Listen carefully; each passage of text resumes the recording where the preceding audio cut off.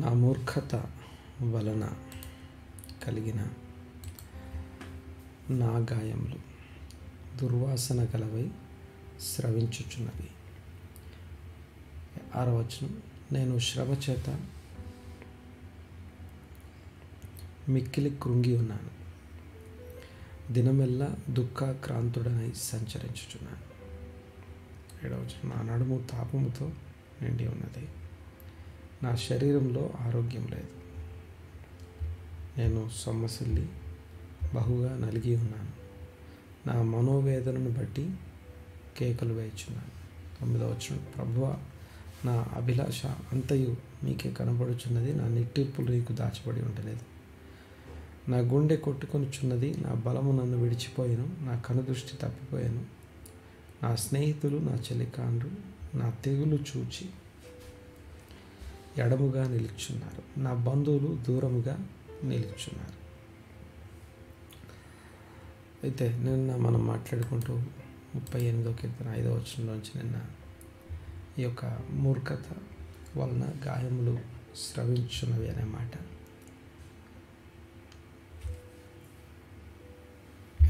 ఒకదానికొకటి కరెక్ట్ అయినటువంటి విషయాలు. అనగా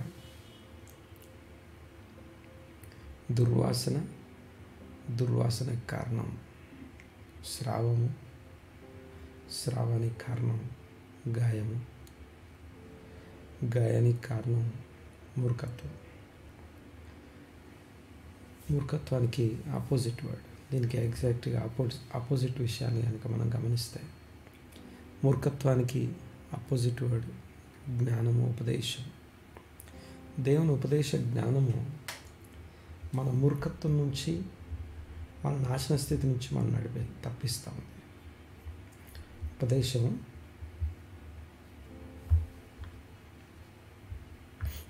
ఉపదేశం ఎప్పుడైనా సరే జనులు ఉపదేశం లేక, లేదా జనులు దేవ దర్శనం లేక నశిస్తూ ఉన్నారు. మనము నశించిపోకుండాట్లు కాపాడేది జ్ఞానం. ఆశ్రయాస్పదం అంట, అదొక కంచులాగా ఉండి మనల్ని నశించిపోకుండా కాపాడుతుంది. అయితే ఈ జ్ఞానము, దేవుని వాక్య జ్ఞానము, ఆయన కట్టడలు, ఆయన విధులు ఒక లివింగ్ సోల్, అనగా ఒక జీవించు ప్రాణి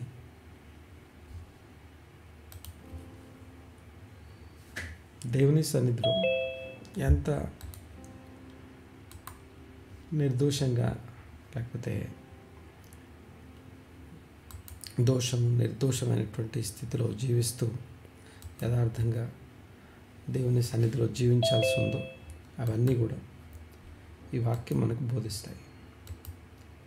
వాక్య జ్ఞానం మనకి బోధించబడుతూ ఉంది.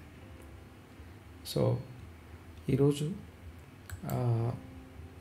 ఆ మాటని ఒక్కసారి కంటిన్యూ చేస్తాను, చూడండి ఒకసారి. నిన్న మనం మాట్లాడుకునేటప్పుడు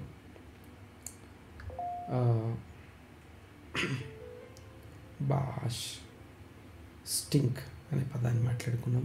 టు బీ ఫౌల్. తర్వాత మకాక్ అనే మాటకి to decay or to rot. తర్వాత హబూరా అనే మాటకి వూండ్స్, సోర్స్ అని అర్థం. Wounds and sores. అయితే దాని తర్వాత విప్నయి, because of, on account of. ఇక తర్వాత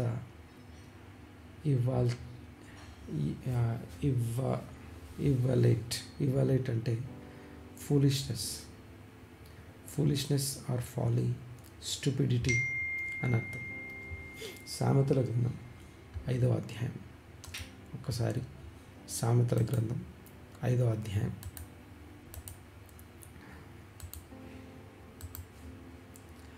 23వ వచనాన్ని చూద్దాం ఒకసారి. ఈ యొక్క స్టూపిడిటీ గురించి, శిక్ష లేకయే అటివాడు నాశనమగును, అతి మూర్ఖుడై వాడు త్రోవ తప్పిపోవును. శిక్ష లేకయే అంటే మూర్ఖత్వం అనేది, ఫూలిష్నెస్ అనేది మనకి ఇంకా ఏ శిక్ష అవసరం లేదు. మనం ఎలాంటి పనిష్మెంట్తో పని లేకుండానే త్రోవ తప్పిపోతాం, నాశన త్రోవలోకి వెళ్ళిపోతాం. అయితే శిక్ష లేకయే 21వ వచనం చూడండి ఒకసారి.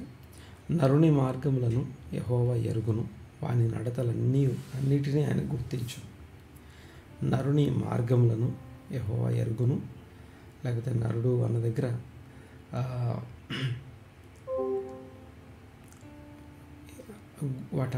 నడతలన్నిటినీ గుర్తించును. 22వ వచనం. దుష్టుని దోషములు వారిని చిక్కులో పెట్టును, వాడు తన పాశముల వలన బంధించబడు. వాడి పాపములను బట్టి వాడే బంధించబడతాడు. ఆ తర్వాత చూడండి ఒకసారి. శిక్ష లేకయే అట్టివాడు నాశనమగును, అతిమూర్ఖుడై వాడు త్రోవ తప్పిపోవును. 38వ కీర్తన ఈ 5వ వచనంలో ఏదైతే నా మూర్ఖత వలన అనే పదం ఉందో, తెలుగులో మనకేమో అది ఆ పదం ముందే రాస్తుంది. నా మూర్ఖత వలన కలిగిన గాయములు దుర్వాసన గలవై స్రవించుచున్నవి అని. బట్ హీబ్రూలో ముందు దుర్వాసన అనే పదం వచ్చి ఒక ఆర్డర్లో మనం చూస్తాం. దుర్వాసన తర్వాత దానికి కారణమైనటువంటి స్రావానికి కారణం గాయము, గాయానికి కారణం మూర్ఖత్వం. సో ఇక్కడ నన్ను నేను దేవుని సన్నిధిలో తగ్గించుకొని, లేకపోతే నా బిహేవియర్ని బట్టి, నా సిన్ఫుల్ నేచర్ని బట్టి, ఆ యొక్క నా స్పిరిచువల్, నా ఆత్మ సంబంధమైనటువంటి ఆ యొక్క తప్పిదాలు, లేకపోతే నేను వేసిన నా మూర్ఖత్వం వలన నేను తీసుకున్న నిర్ణయాలు, లేకపోతే నేను చేసినటువంటి పనులు, అవి కొన్ని గాయాలను వదిలిపెడితే ఆ గాయాలు స్రవించడం, ఆ స్రావము, దుర్వాసన, దీనివల్ల మనల్ని అందరూ విడిచిపోవడం ఇంతవరకు మాట్లాడుకున్నాం. చూడండి ఒకసారి. ఇక్కడ సిన్ అండ్ ఫిజికల్ సఫరింగ్, పాపము ఆత్మ సంబంధమైనదై ఉండొచ్చుగాక, బట్ దాని యొక్క పర్యవసానం, కాన్సిక్వెన్స్ మాత్రం మన ఫిజికల్ సఫరింగ్లోకి తీసుకొస్తుంది, ఎండ్ అవుతుంది. ఒక్కసారి మాట చూడండి ఒకసారి. సామెతల గ్రంథం 3వ అధ్యాయం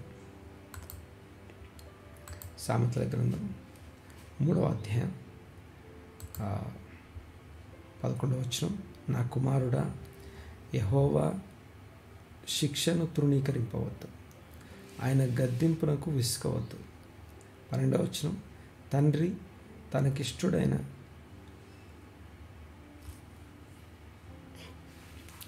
కుమారుని గద్దించు రీతిగా, తనకిష్టుడైనటువంటి కుమారుని గద్దించు రీతిగా యెహోవా తాను ప్రేమించు వారిని గద్దించు. 13వ వచనం. జ్ఞానము సంపాదించిన వాడు ధన్యుడు, వివేచన కలిగిన నరుడు ధన్యుడు. వెండి సంపాదించుట కంటే జ్ఞానము సంపాదించుట మేలు, అపరంజి సంపాదించుట కంటే జ్ఞాన లాభము నొందుట మేలు. పగడముల కంటే అది ప్రియమైనది, నీ వస్తువులన్నీ దానితో సమానములు కావు. సో దేవుని వాక్య జ్ఞానము ఎంత విలువైందో, మన విలువైనటువంటి వస్తువుల కోసం మనం ఖర్చు పెట్టేదానికన్నా ఖర్చు పెట్టవలసినటువంటిది ఈ యొక్క దేవుని తండ్రి జ్ఞానం సంపాదించుకోవడం. తర్వాత ఇంకొక వచనాన్ని ఇక్కడ మీకు జ్ఞాపకం చేస్తాను. 1 కొరింథీ పత్రిక చూడండి ఒకసారి.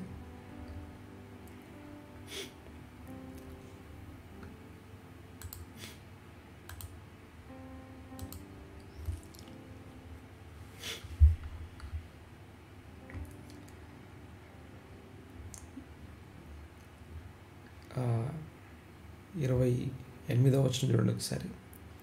కాబట్టి ప్రతి మనుష్యుడు తన్ను తాను పరీక్షింపుకొనవలెను. ఇది కమ్యూనియన్ గురించినటువంటి, లేకపోతే ప్రభు శరీరం, ప్రభు రక్తము, దానికి సంబంధించినటువంటి మాటలు ఇవి. కాబట్టి ఎవడు అయోగ్యముగా ప్రభు యొక్క రొట్టె తినునో, లేక ఆయన పాత్రలోనిది త్రాగునో, వాడు ప్రభు యొక్క శరీరమును గూర్చి రక్తమును గూర్చి అపరాధి అగును. కాబట్టి ప్రతి మనుషుడు తను తాను పరీక్షించుకొనవలెను. అలాగూ చేసి ఆ రొట్టెను తిని ఆ పాత్రలోని త్రాగవలెను. 29వ వచనం, ప్రభువు శరీరమని వివేచింపక తిని త్రాగువాడు. ప్రభువు శరీరమని వివేచింపక తిని త్రాగువాడు తనకు శిక్షావిధి కలుగుటకే తిని త్రాగుచున్నాడు. ఇందువలననే మీలో అనేకులు బలహీనులను రోగులునై ఉన్నారు. చాలామంది నిద్రించుచున్నారు. అయితే మనలను మనమే విమర్శించుకునే ఎడల తీర్పు పొందక పోదుము. మనము తీర్పు పొందిన ఎడల లోకముతో పాటు మనకు శిక్షావిధి కలుగకుండునట్లు ప్రభువు చేత శిక్షింపబడుచున్నాం. కాబట్టి నా సహోదరులారా, భోజనం చేయుటకు మీరు కూడి వచ్చినప్పుడు ఒకని కొరకు ఒకడు కనిపెట్టుకొని ఉండుడి. ఇక్కడ మీరు కూడి వచ్చుట శిక్షావిధికి కారణము కాకుండానట్లు ఎవడైనా ఆకలి ఉన్నాడు తన ఇంటినే భోజనం చేయవలను. నేను వచ్చినప్పుడు సంగతులు క్రమపడతాను. ఇక్కడ చూడండి ఒకసారి వచనాన్ని. కమ్యూనియన్కి సంబంధించినటువంటి అనగా ఇది రొట్టె ద్రాక్షరసానికి సంబంధించినటువంటి విషయం ఇది. అయితే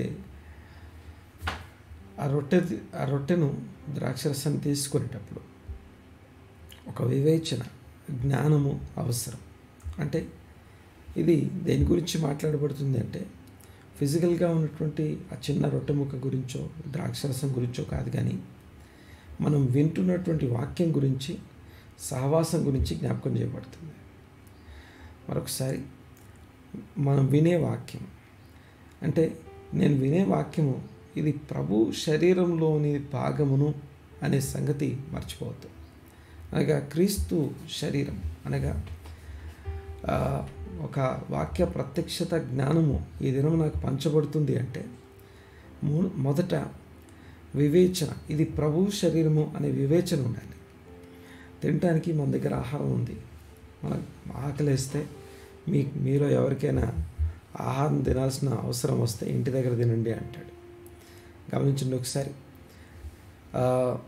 ఎవరైనా సరే ఏమంటామంటే అయోగ్యంగా దీన్ని తీసుకోవద్దంటాడు. అంటే వాక్యం వినేటప్పుడే మొట్టమొదట ఇది రొట్టె ముక్క గురించి మాత్రమే కాదు, వివేచన గురించినటువంటి మాట. ప్రభు శరీరము అనే వివేచనకు సంబంధించినటువంటి మాట. ఇది ప్రభు శరీరం అనే వివేచన ఎలాగా అంటే ఇప్పుడు మనం ఏదైతే ప్రత్యక్షత తీసుకుంటున్నామో వాక్యము శరీరం ధరించుకొని మన మధ్య నివసించిన కృపాసత్య సంపూర్ణుడిగా నివసించిన క్రీస్తు వాక్యము ఉపదేశము జ్ఞానము, ఆ యొక్క వాక్యము ఉపదేశము జ్ఞానం ఏదైతుందో అది మన మధ్య ఒక శరీరం ధరించుకొని మన మధ్య నివసించి ఆయన అప్పగించబడే ముందు ఒక రొట్టెనెత్తుకొని ఇది మీ కొరకు విరవబడుతున్న నా శరీరం, అంటే దీన్ని చేయనప్పుడల్లా నన్ను జ్ఞాపకం చేసుకుంటకై దీన్ని చేయడు, నన్ను జ్ఞాపకం చేసుకున్నటకై దీన్ని చేయడు. అంటే ఇప్పుడు మనం వాక్యం దగ్గరికి వచ్చాము అంటే దేవుని ఉపదేశ జ్ఞానం దగ్గరికి మనం వచ్చాం. ఈరోజు ఒక ఏమంటామంటే ఇట్స్ ఎ నాలెడ్జ్ పిల్, లేకపోతే మన ఆత్మ సంబంధమైనటువంటి జీవితానికి మన సోల్ ఈ భూమి మీద జీవించడం కోసం ఈ దినానికి అవసరమైనటువంటి ఒక నాలెడ్జ్ పిల్ కావాలి మనకి. అది ఒక శరీరం విరోబడి ఒక చిన్న వాక్యానికి సంబంధించినటువంటి ఆ యొక్క వివేచన కలిగించే జ్ఞానం కలుగజేసి మన ఆత్మల్ని మన యొక్క సోల్ని తప్పరిల్లు చేసే మాట దగ్గరికి వచ్చాం. అయితే అదేదో ఏవో మాటల్లాగా ఏదో ఒక మీటింగ్లో కూర్చున్నట్టుగా లేకపోతే ఏదో ఒక మిగతా అన్ని విషయాలు చూసినట్టుగా కాకుండా ఇది ప్రభు శరీరము అనే వివేచన ఉండాలి. అన్ని రొట్టెలు వేరు, అక్కడున్న రొట్టె వేరు. ప్రభు శరీరం అనే వివేచన జ్ఞానము. మరొకసారి గమనించండి ఒకసారి.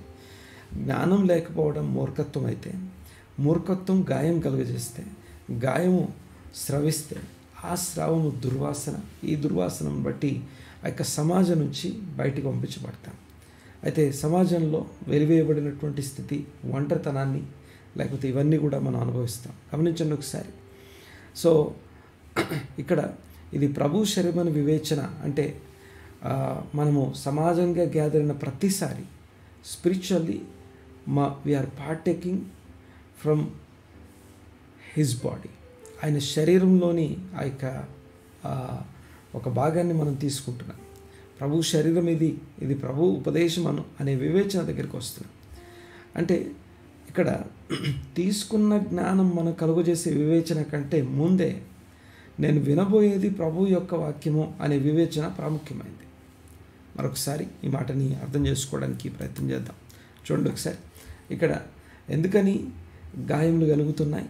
మూర్ఖత్వం. ఆ మూర్ఖత్వానికి కారణం ఏంటంటే ఈ వివేచన లేకపోవటం. అందుకని ఇక్కడ స్పష్టంగా వివరంగా ఒక మాట చెప్పబడతాను.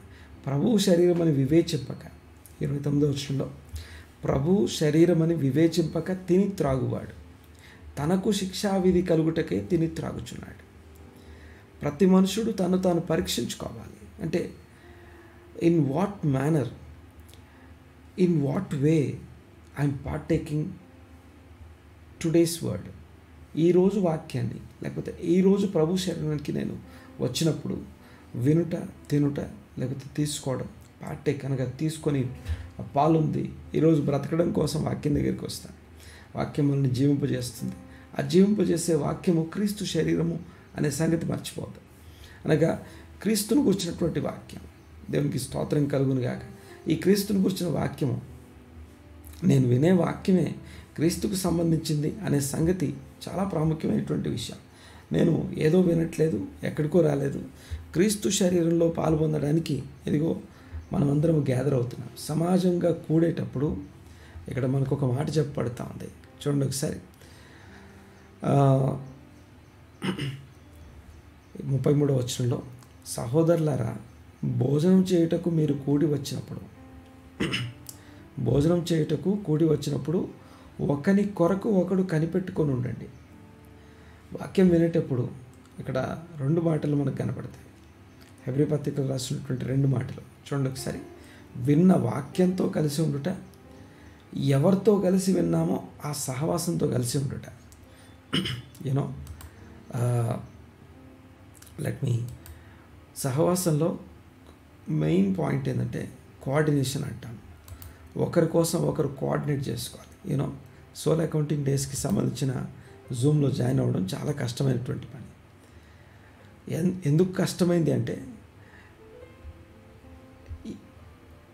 అదొక డిపెండెన్సీకి సంబంధించింది. అనగా ఒకరికి ఒకరు సహాయం చేసుకోవాలి అక్కడ. సో ఒకరికొకరికి సహాయం చేసుకోవడం అనేది ఒక సంఘం గురించి చెప్తాను. అక్కడ ఎవరికి చదువు రాదు, ఎవరికి మొబైల్ వాడడం రాదు. కానీ జూమ్లో సోల్ అకౌంటింగ్ డేస్లో పాల్గొనడం కోసం ఒక్కొక్కరు ఒక్కొక్క గృహానికి వెళ్ళి దాన్ని ఎలా రిజిస్టర్ చేయాలి, ఎలాగా ఒకరితో ఒకరు కమ్యూనికేట్ చేసుకోవాలి. సో కోఆర్డినేషన్ అనేది ఉంటుంది.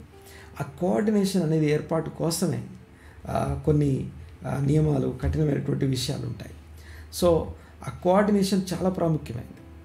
చూడండి ఒకసారి, ఒకని కొరకు ఒకడు కనిపెట్టాలి. అంటే నేను సోల్ అకౌంటింగ్ డేస్లో పాల్గొంటున్నానంటే నేను ఏదో వాక్యం వినేసి వెళ్ళిపోయేది కాదు. ప్రభు శరీరం ఇది.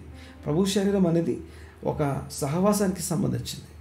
అనగా గ్యాదర్ అయ్యి మనం తీసుకుంటున్నామంటే ఒక్క రొట్టెలోనిది అందరం తీసుకుంటున్నామంటే, ఒక రొట్టెలోని భాగాన్ని మనం తీసుకుంటున్నామంటే అది కేవలం ఆ రొట్టెలో ఏ మ్యాజిక్ ఉండదు, ఆ రొట్టెలో ఏముండదు. కానీ the way how we are partaking, దాన్ని ఎలా తీసుకుంటున్నాం అనే దాని మీద ఉంటుంది. So coordination. నేను నా పొరుగువాడిని ఏదైనా సహాయం అడగాలంటే, ఇదిగో నాకు ఈ సహాయం కావాలంటే ఫస్ట్ ఆఫ్ ఆల్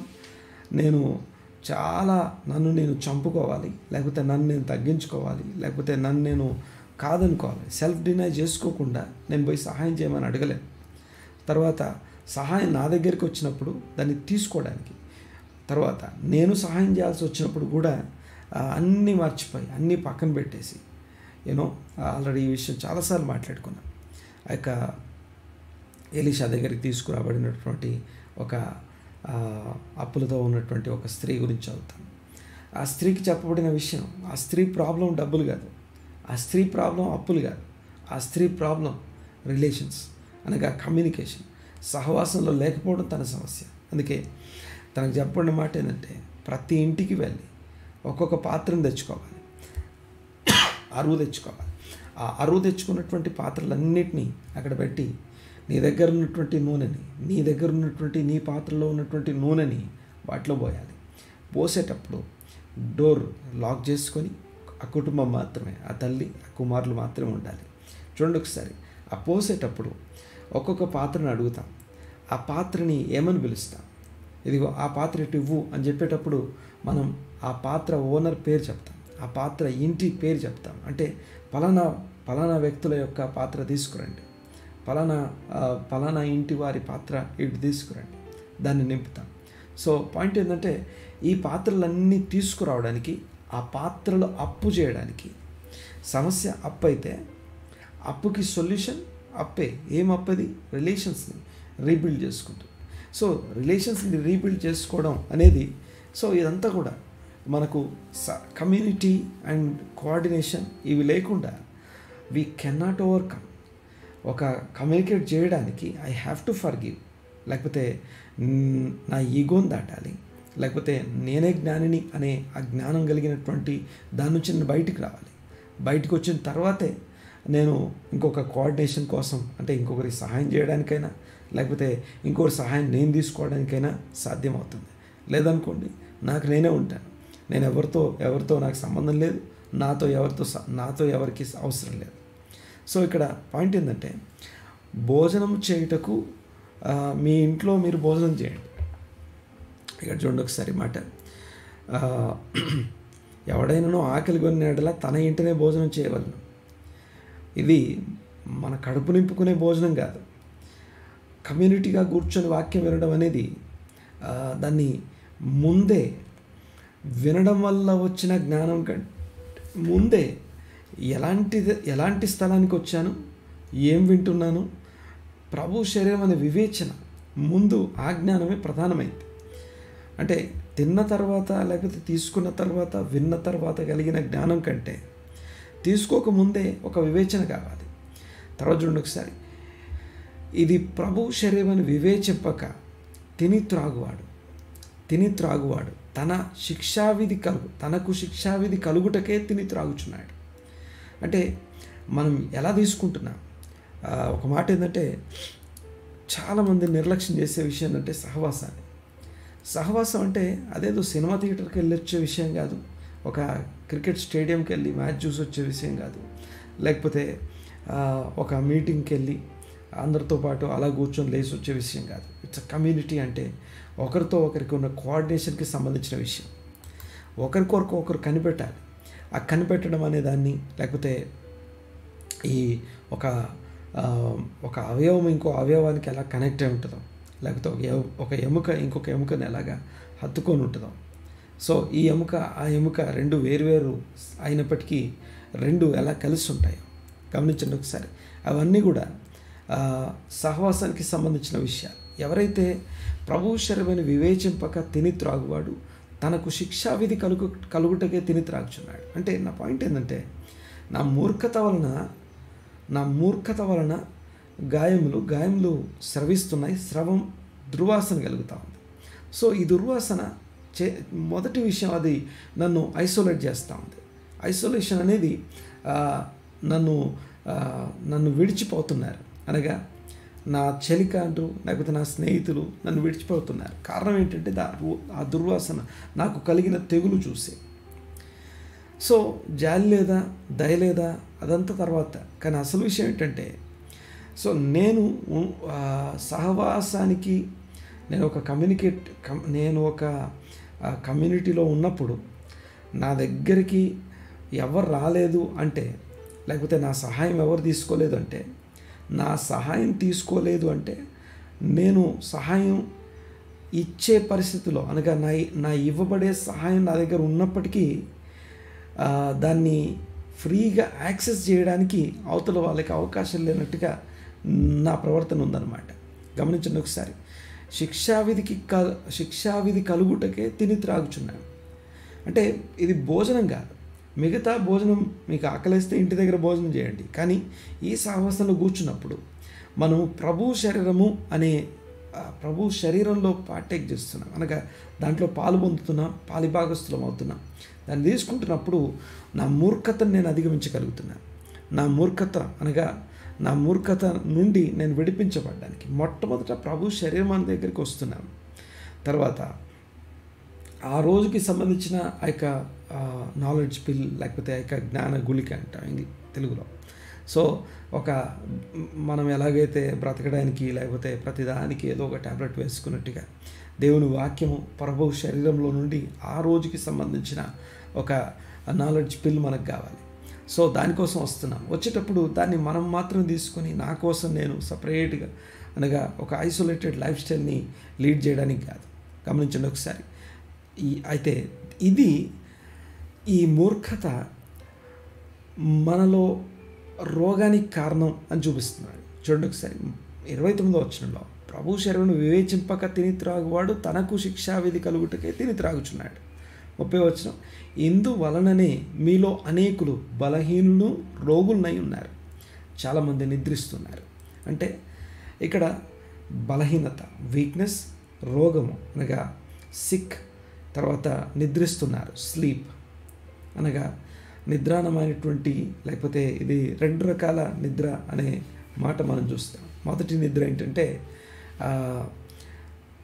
గ్రహింపులైనటువంటి స్థితి, లేకపోతే ఒక మనిషి నిద్రిస్తున్నప్పుడు అన్కాన్షియస్లో ఉంటాడు. అన్కాన్షియస్ అంటే తనకు చుట్టూ ఏం జరుగుతుందో తనకు తెలియదు, లేకపోతే ఒక మృతమైనటువంటి స్థితిలో ఉంటాడు.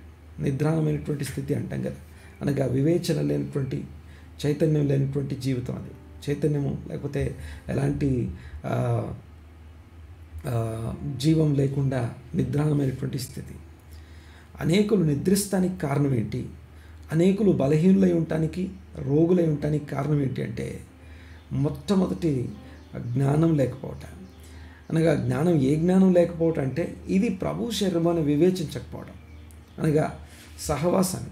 ఇంకోటి, ప్రభు శరీరమాన్ని దేని మాట్లాడతాం, క్రీస్తు శరీరము అని దేన్ని వచిస్తాం, అనగా దేని గురించి మాట్లాడతాం. ఒకటి ద బాడీ ఆఫ్ క్రైస్ట్, అనగా ప్రభు శరీరం, క్రీస్తు శరీరం అని సంఘాన్ని అంటాం. క్రీస్తు శరీరం అని సంఘాన్ని అంటాం. ఆ యొక్క కమ్యూనియన్ బ్రెడ్ని ఇది ప్రభు శరీరం అంటాం. ఆ యొక్క కమ్యూనియన్ బ్రెడ్ని ఇది ప్రభు శరీరం అంటాం. తర్వాత చూడండి ఒకసారి, ఇంకా దానికంటే ముందు దేవుని వాక్యాన్ని క్రీస్తు శరీరం అంటాం. క్రీస్తు శరీరము, ధర్మశాస్త్రము శరీరము ధరించుకోవాలి.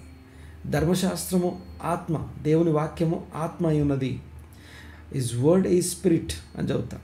ఆయన వాక్యము ఆత్మ అయి ఉండగా ఆ వాక్యము శరీరం ధరించుకుంటే, ఆ వాక్యము శరీరం ధరించుకుంటే అనగా ఒక సహవాసంగా ఒక శరీరం ధరించుకుంటే, ఆ సహవాసం నుండి దేవుని వాక్యం బోధించబడుతుంటే, ఆ సహవాసంలో దేవుని అనగా మనం అందరం గ్యాదర్ అవుతున్నప్పుడు క్రీస్తు శరీరంగా గ్యాదర్ అయ్యి, అనగా ఎండిపోయిన ఎముకలన్నీ ఒక దగ్గరకు వచ్చి అవన్నీ ఎలాగైతే పునరుజ్జీవం పొందుతున్నాయో అలాగా అన్నీ కలిసి ఒక సైన్యంగా, ఒక సేనగా, ఒక పర్సన్గా మారిపోతున్నాయి కదా.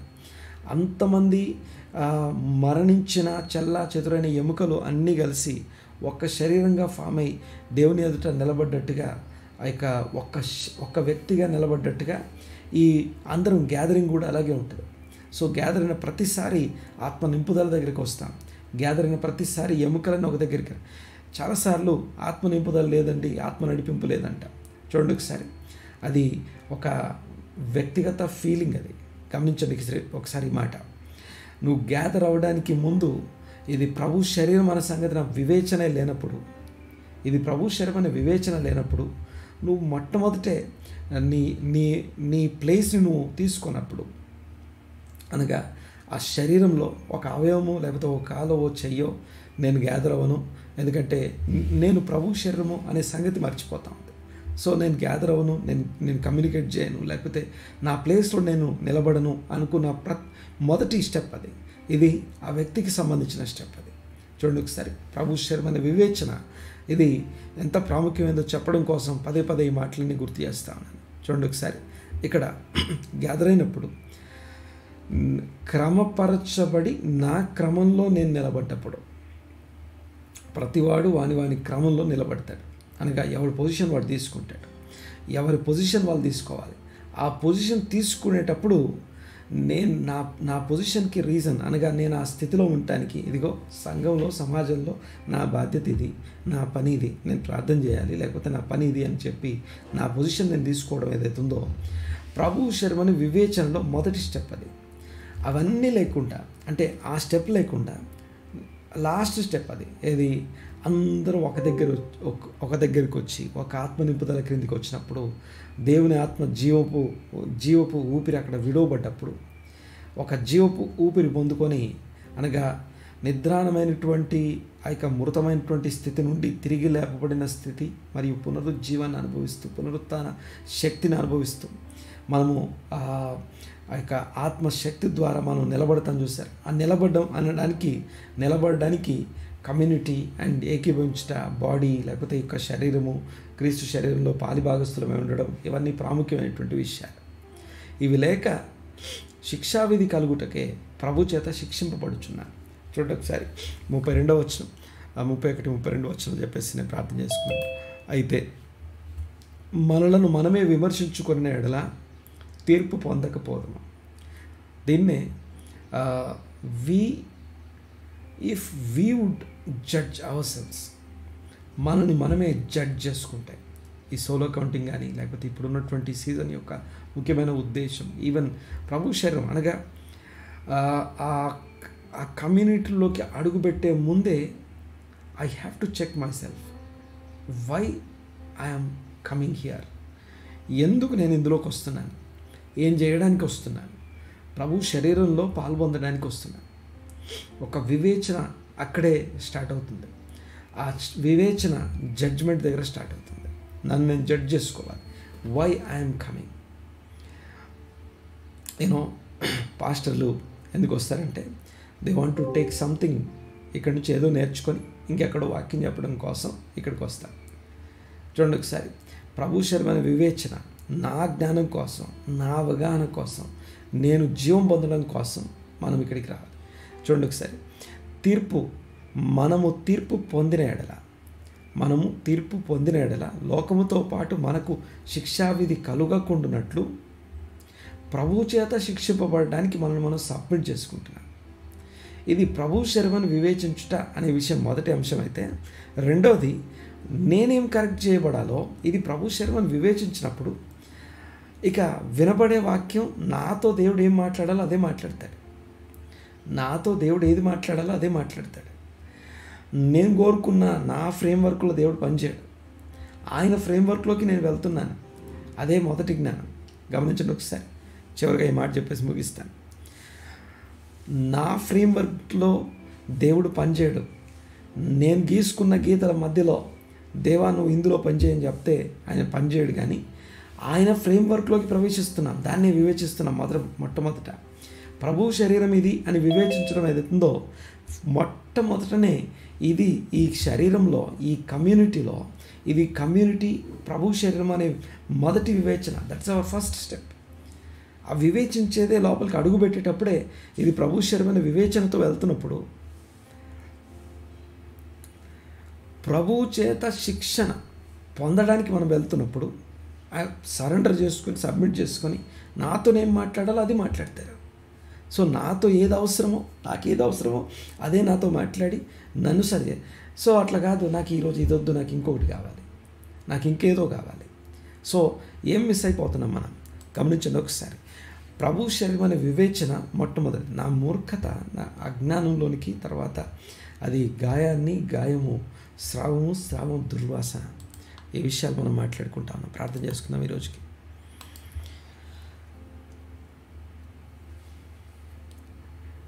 మనల్ని మనం తీర్పు తీర్చుకొని, మనల్ని మనం విమర్శించుకుంటే మనం తీర్పు పొందము. మనల్ని మనం తీర్పు తీర్చుకుంటే మనము తీర్పులోనికి రాము. ఆ తీర్పు పొందే ముఖ్యమైన విషయం ఏంటంటే, ప్రభువు చేత శిక్షణ చేయబడినట్లు మనం అందులోకి ప్రవేశిస్తున్నాం. క్రీస్తు శరీరం అనే వివేచన ఎంత ప్రాముఖ్యమైందో మరొకసారి జ్ఞాపకం చేసుకోవడానికి కృపచ్చిన దేవునికి మహిమ కలుగును గాక. ఒక్కసారి ప్రార్థన చేద్దాం. మా పరమ తండ్రి, మా దేవ, కృతజ్ఞతలు, స్తుతులు, స్తోత్రం నాయన. ఈ ఉదయకాలం మరొకసారి నన్ను మీ వాక్యం చేత దర్శించినందుకు మీకు వందనాలు.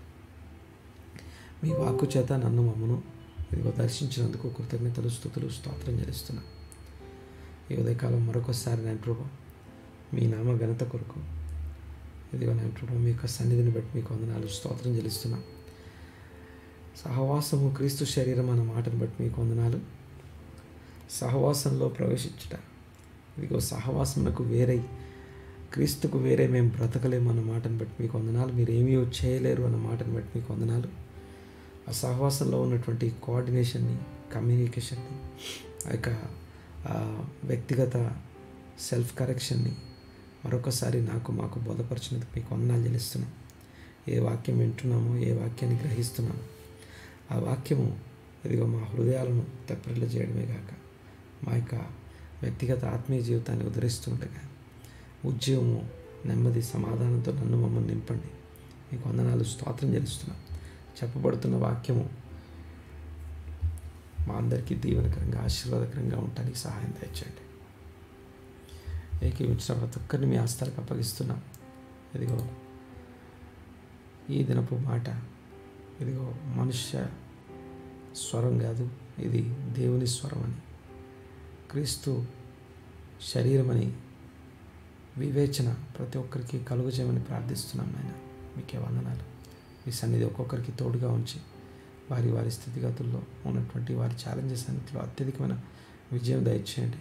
అలాగే మీరు కలుగజేస్తున్న శిక్షణను బట్టి మీకు వందనాలు, స్తోత్రం చెల్లిస్తూ ఏకీవించిన వారందరినీ దీవించి, ఆశీర్వదించి, స్తుతించి ఈ ప్రార్థన నజరేయుడైన యేసుక్రీస్తు నామమున అడిగి బ్రతిమాలి వినయంతో వేడుకొంచున్నాం తండ్రి. Amen, amen.